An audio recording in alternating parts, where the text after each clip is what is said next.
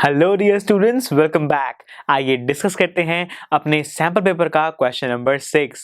सो friends, इस क्वेश्चन के अंदर हमें 2 क्वेश्चंस गिवन है, यानी कि एक चॉइस क्वेश्चन गिवन है। इसका मतलब आप अपने एग्जाम्स में इन दोनों में से ही किसी भी क्वेश्चन को अटेम्प्ट करके आ सकते हैं। तो चलिए इन्हें एक एक करके दोनों ही क्वेश्चंस को अच्छे से समझ लेते हैं। इसके बाद आपको जो भी क्वेश्चन ज्यादा ईजी लगे आप उसे अच्छे से अटेम्प्ट कर लीजिएगा। तो बात करते हैं सबसे पहले क्वेश्चन के बारे में। इस क्वेश्चन के अंदर मुझे गिवन है एक इलेक्ट्रिक मोटर का सर्किट, जिसके अंदर ABCD एक कॉइल है, उसे एक एक्सटर्नल बैटरी से कनेक्ट किया गया है, जिसे कि होर्सशू मैग्नेट के नॉर्थ और साउथ पोल के बीच में रख दिया गया है, कुछ इस तरीके से जैसे कि आप यहां फिगर में देख ही सकते हैं। इसके बाद इसी इलेक्ट्रिक मोटर का जो सर्किट हमें गिवन है, इससे रिलेटेड 2 पार्ट्स में 2 क्वेश्चंस पूछे गए हैं। चलिए इन्हें एक एक करके एड्रेस करें।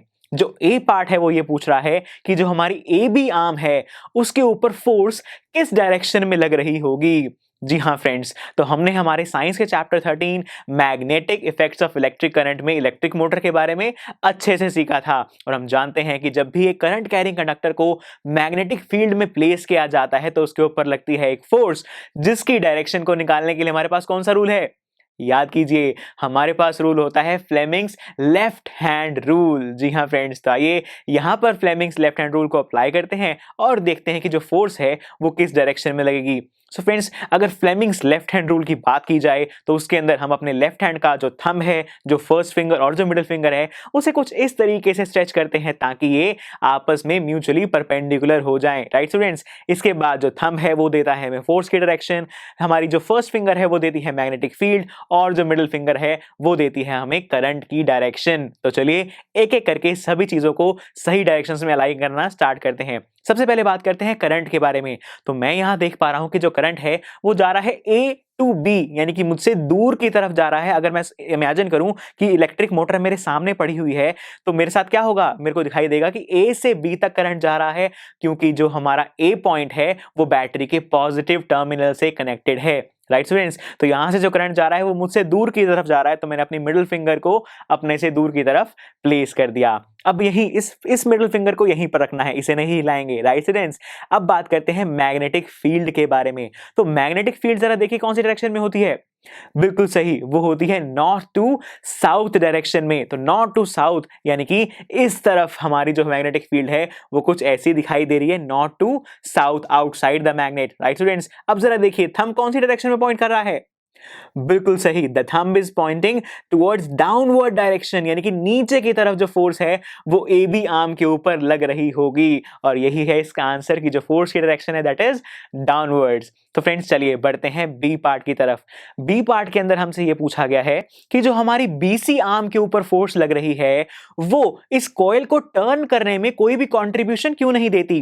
तो दोस्तों ऐसा इसलिए है क्योंकि BC आर्म के अंदर जो करंट फ्लो कर रहा है वो बिल्कुल हमारी मैग्नेटिक फील्ड की डायरेक्शन में ही है, और जब भी करंट और मैग्नेटिक फील्ड की डायरेक्शंस सेम होती हैं तो वहां पर जो फोर्स लगती है वो होती है मिनिमम, यानी कि बहुत ही कम फोर्स लग रही होगी। एंड मोर ओवर, जितनी भी फोर्स हमारी BC आर्म के ऊपर लगेगी उतनी ही फोर्स DA आर्म के ऊपर भी लगेगी, लेकिन ऑपोजिट डायरेक्शन में, क्योंकि DA आर्म के अंदर जो करंट है वो BC से ऑपोजिट डायरेक्शन में फ्लो कर रहा है, जिसकी वजह से BC आर्म के ऊपर लगने वाली फोर्स और DA आर्म के ऊपर लगने वाली फोर्स एक दूसरे को कैंसिल आउट ही कर देंगी।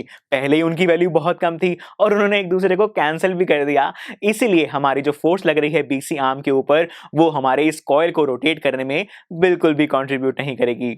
सो फ्रेंड्स, इसी के साथ हमने इस क्वेश्चन के फर्स्ट क्वेश्चन को तो समझ लिया। चलिए बढ़ते हैं और पार्ट की तरफ। तो और पार्ट में भी हमें एक बहुत ही इंटरेस्टिंग सा सर्किट गिवन है, जिसके अंदर है एक सोलेनॉइड, जिसे कि एक एक्सटर्नल बैटरी, एमीटर और इन सब चीजों के साथ कनेक्ट किया गया है। राइट स्टूडेंट्स, तो सर्किट के बारे में बहुत ज्यादा डिटेल्स में जाने की जरूरत नहीं है, क्योंकि इसके बाद जो 2 क्वेश्चंस पूछे गए हैं वो बहुत ही आसान है। चलिए मैं आपको डिस्कस करके समझा देता हूं। देखिए, जो ए पार्ट है उसके अंदर हमसे ये पूछा गया है कि मैग्नेटिक फील्ड, हमें चारों तरफ मैग्नेटिक फील्ड का जो डायरेक्शन है वो कैसी है, ये दिखाई गई है इस डायग्राम में। तो हमसे ये पूछा गया है कि मैग्नेटिक फील्ड का जो पैटर्न है वो मैग्नेटिक फील्ड की स्ट्रेंथ को कैसे बताता है। तो दोस्तों हमने बहुत अच्छे से जाना था, बहुत अच्छे से देखा हुआ है कि जहां पर भी मैग्नेटिक फील्ड लाइंस बहुत ज्यादा पास बहुत ज्यादा क्राउडेड होती हैं वहां पर मैग्नेटिक फील्ड की स्ट्रेंथ सबसे ज्यादा होती है। तो मैं देख पा रहा हूं कि यहां पर हमारे डायग्राम में जो सोलेनॉइड के 2 एंड्स हैं वहां पर मैग्नेटिक फील्ड बहुत ज्यादा वहां पर मैग्नेटिक फील्ड लाइंस बहुत ज्यादा क्राउडेड हैं, यानी कि यहीं पर मैग्नेटिक फील्ड सबसे ज्यादा स्ट्रांग होगी। चलिए फ्रेंड्स, बढ़ते हैं बी पार्ट की तरफ। इसके अंदर पूछा गया है कि अब अगर हम इस सर्किट में करंट की डायरेक्शन को रिवर्स कर दें तो मैग्नेटिक फील्ड के ऊपर क्या इफेक्ट पड़ेगा। तो दोस्तों, जैसे ही हम करंट की डायरेक्शन को ऑपोजिट कर देंगे तो जो मैग्नेटिक फील्ड है उसकी डायरेक्शन भी ऑपोजिट हो जाएगी। तो यही इंपैक्ट पड़ेगा करंट की डायरेक्शन को रिवर्स करने का हमारी मैग्नेटिक फील्ड पे। और इसी के साथ हमने इस क्वेश्चन का जो और पार्ट यानी कि जो चॉइस क्वेश्चन था उसे भी अच्छे से समझ लिया है। अब इसके बाद आपको जो भी क्वेश्चन इजी लगे आप अपने एग्जाम्स में उसे अटेम्प्ट करके आ सकते हैं। तो चलिए फिर इस क्वेश्चन में इतना ही था, मिलते हैं अगले लेक्चर में जहां बात करेंगे नेक्स्ट क्वेश्चन की। आई एम श्योर स्टूडेंट्स, आपको ये लेक्चर बहुत ही पसंद आया होगा।